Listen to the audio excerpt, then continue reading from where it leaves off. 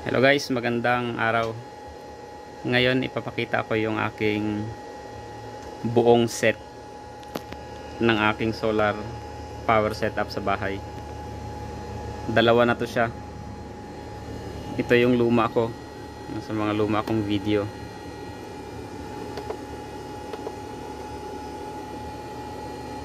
Ang nakakabit ngayon dito ay apat na 250 watts. Ang connection niya ay 2S2P, dalawang series, dalawang nakaparallel, 24 volts. And then ito yung kanyang protection. Ito yung main ng panel, home run, pumasok dyan. Then nag-speedy tayo, surge protection device, at konektado sa earth grounding. Then bago pumasok sa solar charge controller natin, dumaan muna tayo ng fuse na 20 amps.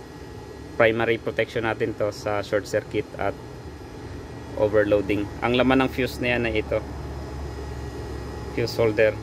Ito yung fuse na gamit ko. Makikita ba? Yan, isa siyang 20 amps AC/DC na fuse, ceramic siya. Ito ang laman yan sa loob. Ang purpose ng breaker na to, parang main isolator ko lang sa panel ko kung nagsiservice. Ayan. And then ito yung aking industrial breaker MCCB, isolator sa aking inverter na snap. Then mamaya explain ko sa inyo ba't mahilig ako gumamit ng MCCB sa aking setup, dahil dito meron din. Ito naman yung pangalawa, yung bago kong setup. 60 amps na SCC, MPPT siya, SRNE. Yan, ang nakakabit ngayon sa kanya ay apat na 380 watts na rec solar panel. Bali total niya is 1,520. Yan, ngayon 9 o'clock ng umaga. Yan yung na-harvest niya, 780 watts. Umabot yan siya ng 1,002 sa tanghali. Yan, ganun din. Ito yung main na isolator ko, breaker, galing sa panel. Ito yung main niya, home run ng panel. Ito ay 10 mm squared copper. Ang connection ng nakakabit dito ay ganun din, apat na 380 watts, 2 series, 2 parallel din siya. Then pumunta yung galing panel, pumunta dito sa breaker natin. Yan, lumabas, dumaan tayo ng speedy protection natin para sa surge. Then galing dito sa breaker, dumaan din, nagpadaan din tayo ng fuse, primary protection, same 20 amps. Ganito, parehos lang siya.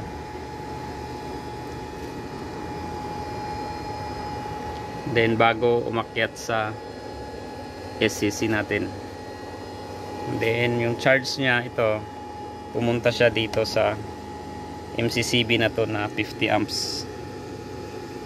Yan, 50 amps isolator ko sa aking Creon na inverter.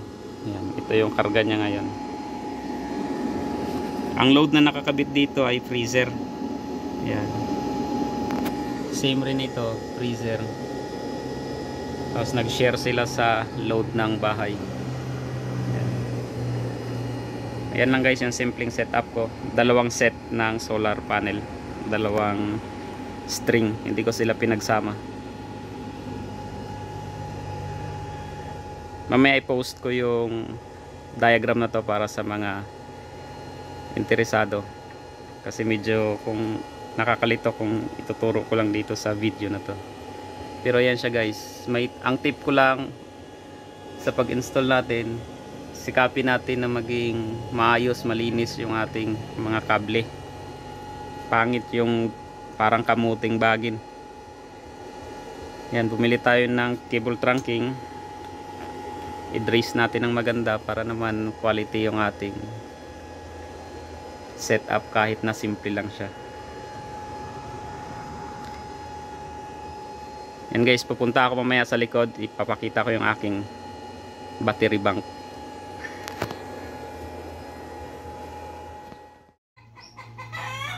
Ito naman guys yung aking battery bank. Yan.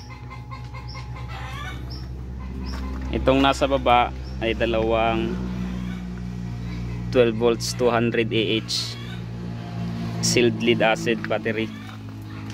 Yan, ito yung nakakonektang bank sa battery bank sa aking 1000 watts, yung 4x250. Yan, naka series lang rin siya para 24 volts. Then ito yung kanyang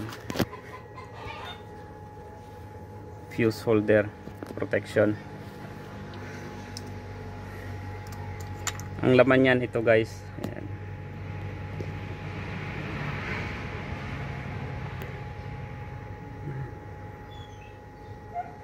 Ayan, isang 50 amps ceramic fuse papunta sa ating solar charge controller at inverter. Ayan siya. Then ito naman yung bago, dalawang 250 Ah LV Topsun gel naman siya, gel battery, 12 volts 250 Ah. Yan. Same connection series para 24 volts. Ang gamit kong wire dito is 25 mm squared. Yan, battery cable. Yan na yun siya, yung bago. Then pumasok siya, meron nilagyan ko, lagi tayong gumamit ng fuse. Yan, ang fuse na ginamit ko dito ay yung mega fuse na yan, DC fuse 100 amps. Yan yun siya. May spare ako ito. Yan, 100 amps siya na fuse. Yan.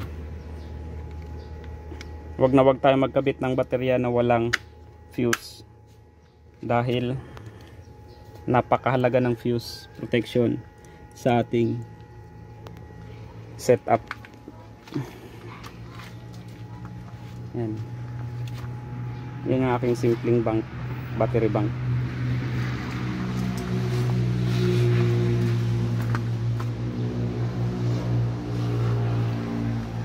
Itong nasa baba pala, halos more than 2 years na siya.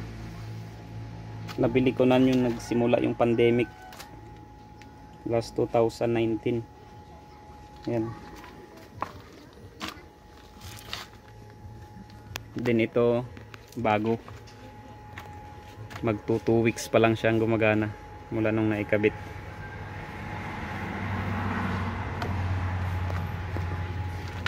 Yan, mamaya papakita ko yung aking solar panel, yung apat na 380 at apat na 250.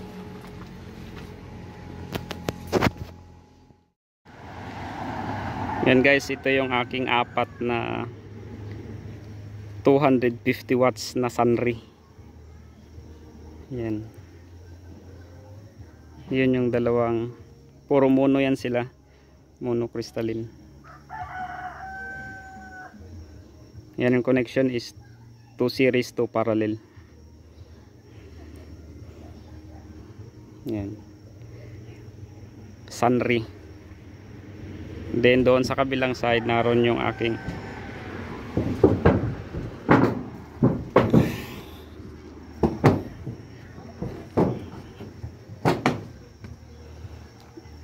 ito yung apat na 380 watts.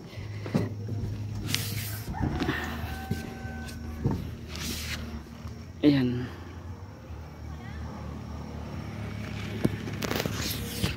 Ang brand niya is yan, Rec Solar.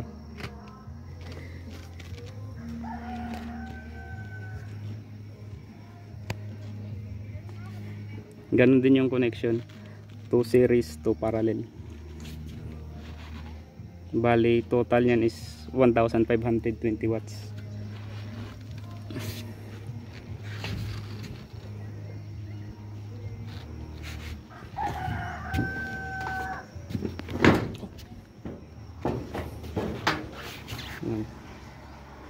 May bakante pa, pwede pa dito.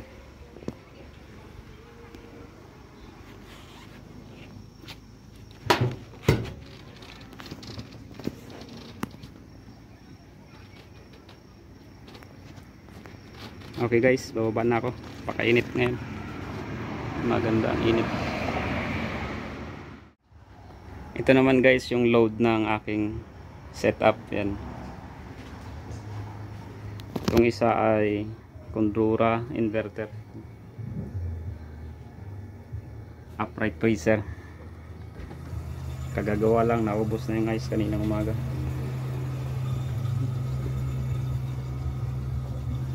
Wattage niya yan.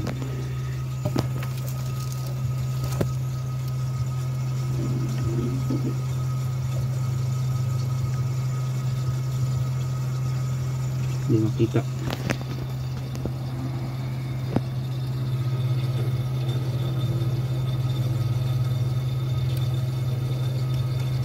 Yan, nasa 0.76 amps.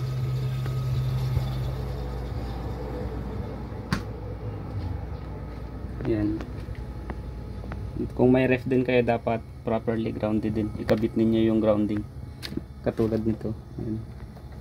Kabit ninyo yan, mahalaga yan. Protection din sa freezer, protection din sa anak ninyo at saka sa inyo, hindi kayo mag-ground. Then sunod ito, Condura rin na freezer inverter, cheese type. Yan, kagagawa lang, malamig siya, kagagawa lang ng yelo, naubos na kahapon.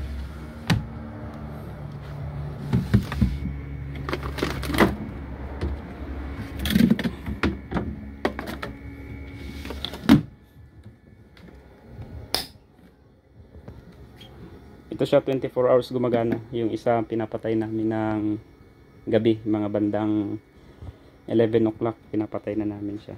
Ito siya 24 hours. Ito naman yung kanyang model at capacity.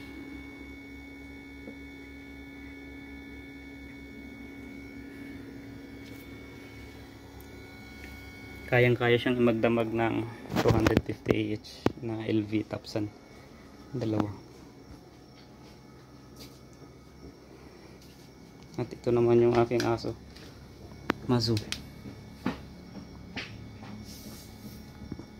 Biglang tulog, malamig. Yan guys, sige, maraming salamat. Ipopost ko yung wiring diagram ng aking setup. Yan guys, ito yung wiring diagram ng aking setup sa solar panel. Ganito ang ginawa ko. Yan, series yung dalawa, connect yung negative to positive.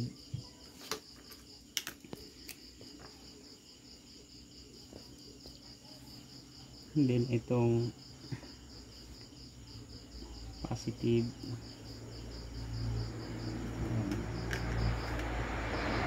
positive,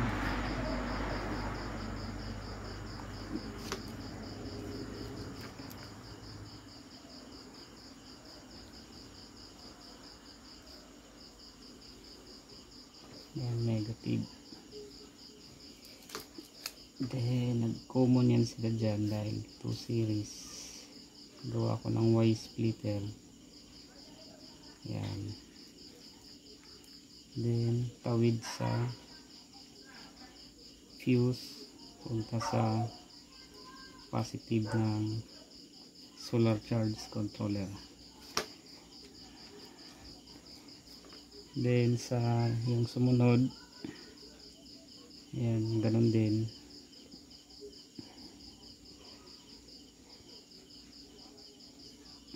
Yan, diretso na siya sa solar charge controller, negative.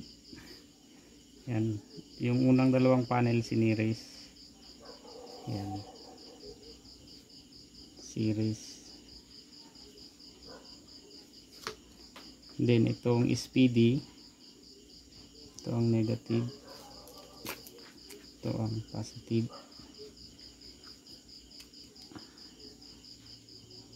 Tap lang yan dyan.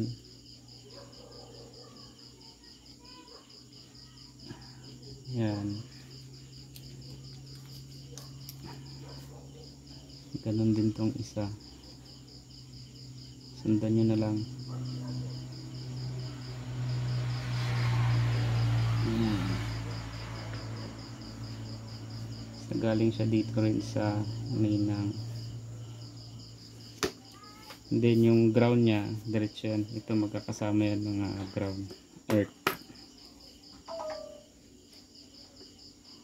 Then ang output ng battery ng solar charge controller, yan positive, diretso to sa inverter. Yan yung positive. Ito yung MCCB na 50 amps. Then yung negative nya ganun din. Stop tayo sa negative, punta sa negative terminal ng inverter. Ayan. Ngayon papunta to sa yung battery natin, dahil 24 volts naka series tayo. Yan, series yung dalawa, negative dito sa battery 1, punta sa positive ng battery 2. Then ito, yan, pupunta siya sa negative ng battery. Ganun din ang positive. Yan.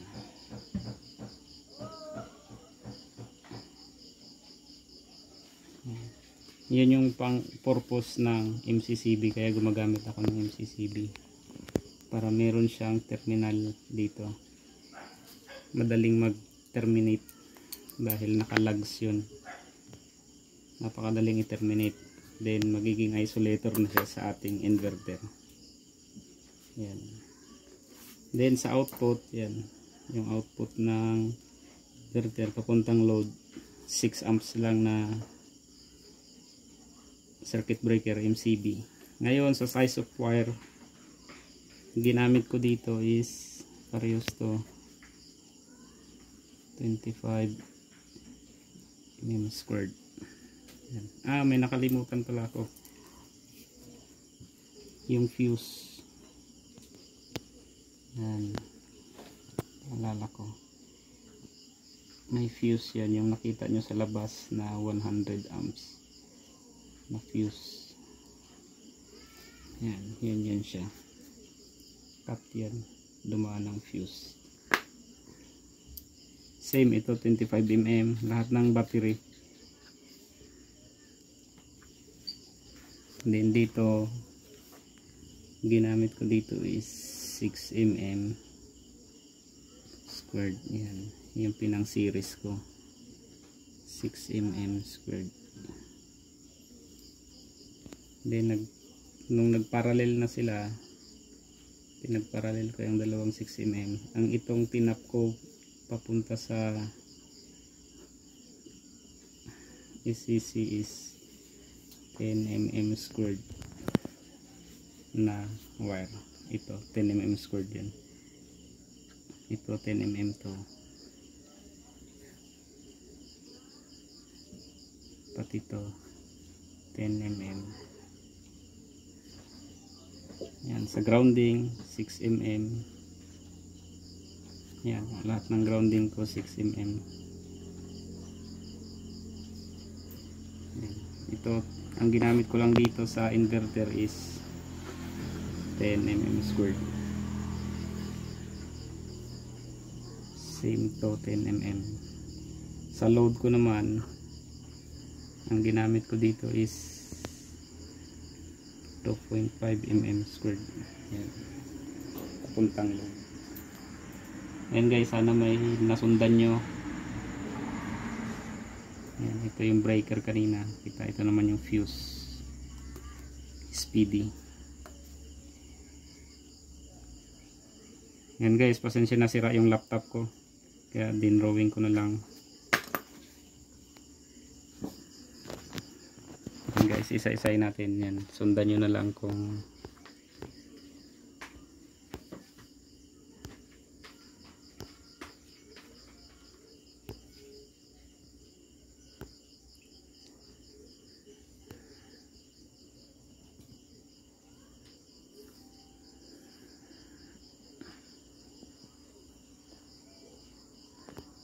lahat ng ground is magkakasama yan.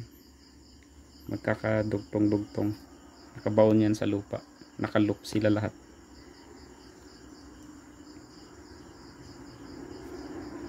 Okay guys, message lang kayo kung meron kayong katanungan.